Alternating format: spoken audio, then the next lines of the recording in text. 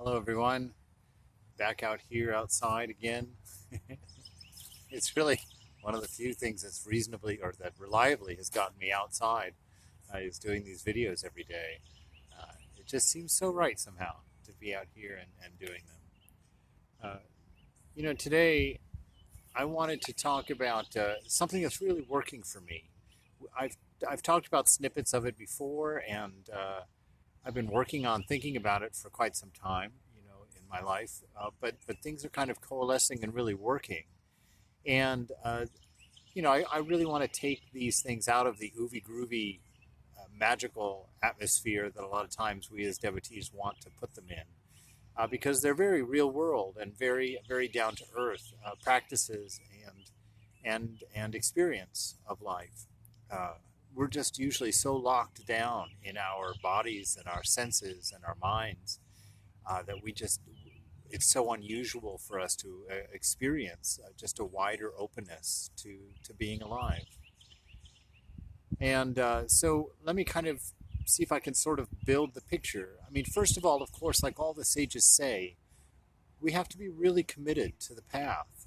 You really do have to be willing to put your goodies aside for a minute, to set down your enjoyments for a moment, uh, and take a chance that there's something higher and that there's something better out there.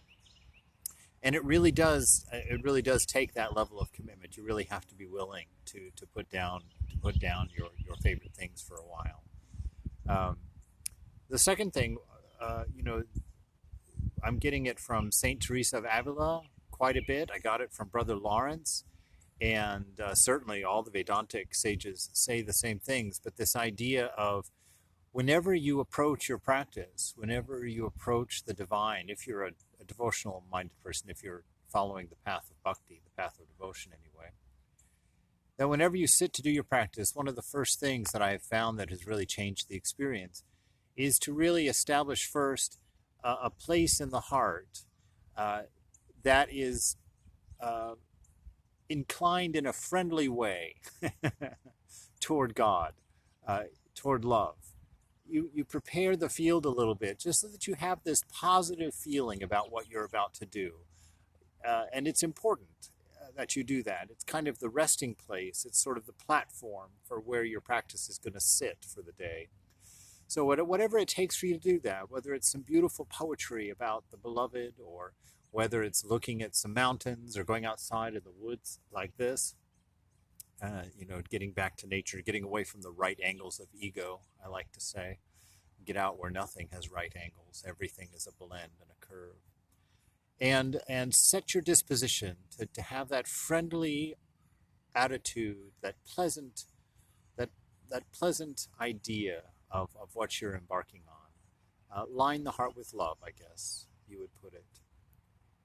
Uh, Next to that, we talk about the separation of identity. Um, and hear me out on this.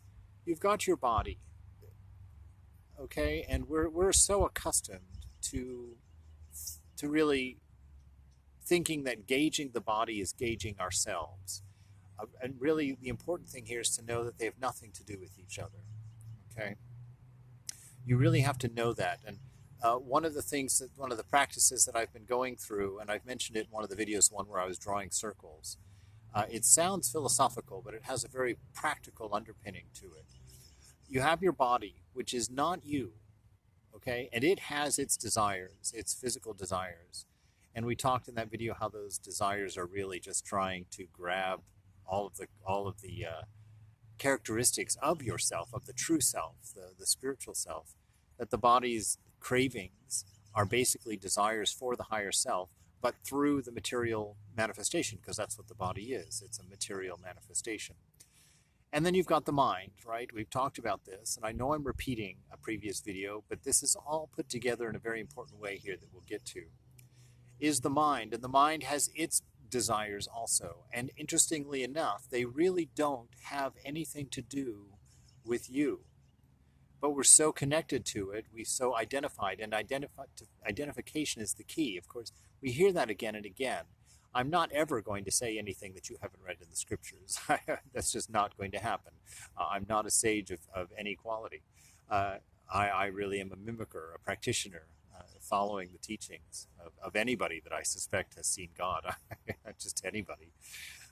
So you really have to establish that in yourself. And the way that I've done it that has helped me kind of take it out of the philosophical realm of other magic and whatnot is when I feel a desire, I take the qualities of that desire and I decide, okay, is that a body desire? You know, is that the hormones running in the body? Is that a hunger? Is that a, you know, a desire for sound, for taste, for touch? You know, I try and classify, okay, that is a body desire. My body is not me. I can make the decision whether I give it the power to fulfill that desire or not. But it's not fulfilling my desire. It's fulfilling the body's desire. And it's always important to know that the body isn't going to argue with you. Okay? The arguing, what you're experiencing when you feel that arguing going on, is your mind has identified with body, your spirit has identified with mind, which is identifying with body. A little chain reaction going on. And you are empowering an argument by identifying your I with the body and saying, I want that bigger piece of cake. I want that 8th piece of pizza. Instead of realizing you don't have a desire. Okay, that's part of the distinguishing characteristic of spirit. It's desire free. It lives in the realm of freedom. It has no physical needs, no mental needs, no emotional needs, because it is not either of those. Those are manifestations of it, but they are not it. Okay? And by going through and classifying your desire, okay, that's a body desire. Okay, body desires, I have the option. If it's good for the body, yes, I'll do it. If it's not good for the body, no, I won't do it. And that's it. The body's not going to ask for more. If it's asking for more, then you're identifying with the body and you need to take care of that problem. Same thing with the mind. Is that an emotional need? Is that an imagined need? You know, anything that happens on the plane of thought, the plane of emotion, the plane of the mental thing, and this is where a lot of your samskaras come in. Habits, you know, habits of the mind and things. So determine, really classify your desires. Say, no, that's a body desire, and that's optional. It is not me. Okay, that's a mental desire. That belongs to the mind, not to me. All right, and that helps you to separate the boundaries, to place the boundaries where they are, and to see the difference that this is not you, and that they do not have a will of their own. They can't do anything. They are totally just machines. You know, it's like a computer. If you say if you shut down your computer, it shuts down. It doesn't argue. You know, it might be broken, but it shuts down. Your body and your mind are of the exact same nature of that. They're material in essence. You know, of course, mind is not material. It's more subtle than that, but bear with me. It's the same thing. They don't have a will. They don't have a power to demand. They can make a request and you can deny it. Any hint that they are demanding or that they are begging or arguing or insistent or unwilling is a problem of identity. It's not you really wanting a thing. It's you identifying with a body that really wants a thing or is producing a signal that it wants a thing, or with the mind which is producing a signal that it wants a thing. But the adamant nature of it is coming from your refusal to cut the identity, your refusal or your complete lack of understanding or experience perhaps of knowing that you are not either. Okay? And you're not going to experience that separateness as such, okay, because they are within you.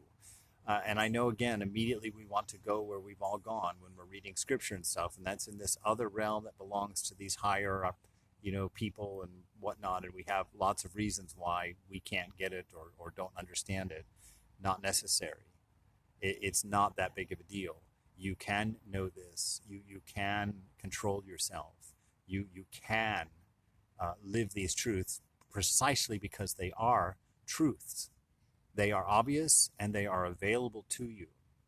But the biggest mistakes are, one, identification with the body and the mind, thinking that it's your desires that you're not fulfilling. And so you get fussy about it. And of course, once you get fussy about it, you're not going to win, right? You're not going to be able to control yourself. As a matter of fact, the whole reason for that argument even starting is because you are setting up a situation where you can fight long enough to feel good about yourself and then give in. I've mentioned that before. It's a trick of the mind when it's been identified with the self. You know, the mind identified with self gets very tricky because it's your attachment that doesn't want to break. It's not the desire that is the problem. It is the attachment to the mind which has indicated a need or a want or a desire. It's the attachment, okay? I'm going to read something here from the Spiritual Talks book that I've been working my way through in some other videos. And he says it again, but I just want you to hear it from one of the enlightened souls. He says, I tell you from my inmost heart, I can this very moment go away, even as I am now, without caring to look. Oops, I'm on the wrong page. I'm sorry.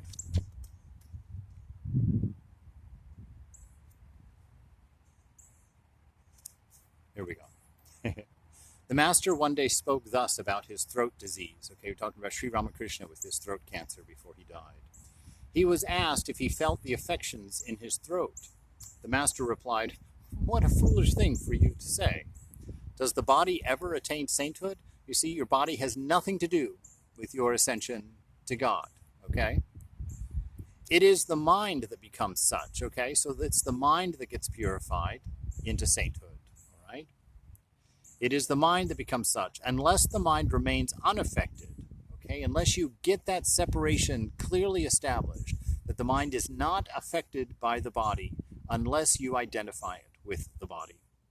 A mere Spartan-like fortitude does not count much, okay? So that's normally what we do. We stay identified with the mind, and we take on this He-Man type A personality approach to spiritual life. No, I'm not going to eat the piece of cake. I'm not going to eat the piece of cake. And you can plug in whatever your desire is, your desire that won't go away.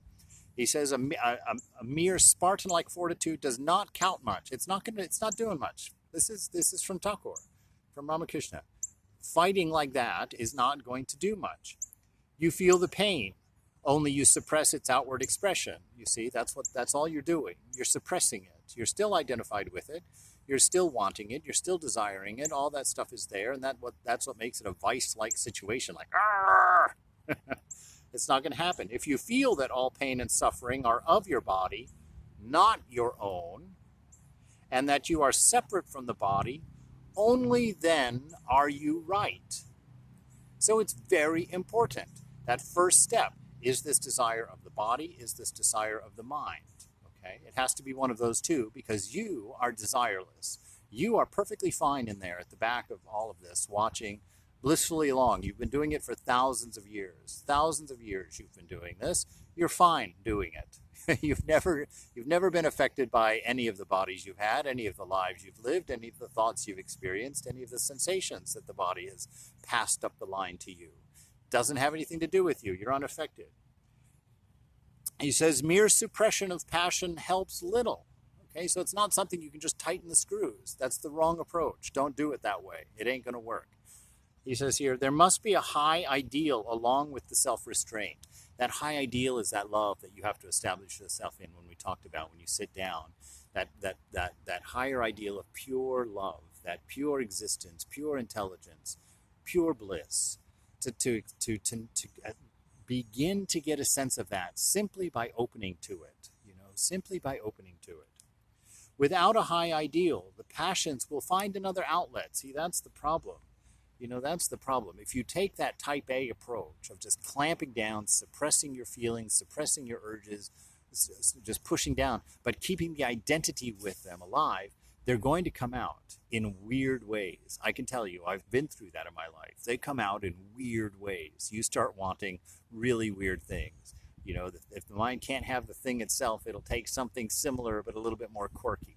And that little quirkiness, boy, look at the world around you. That quirkiness can go all the way to town and back, I'm telling you. So he's saying here, without a high ideal, the passions will find another outlet. You must give them a new direction. okay? A new direction.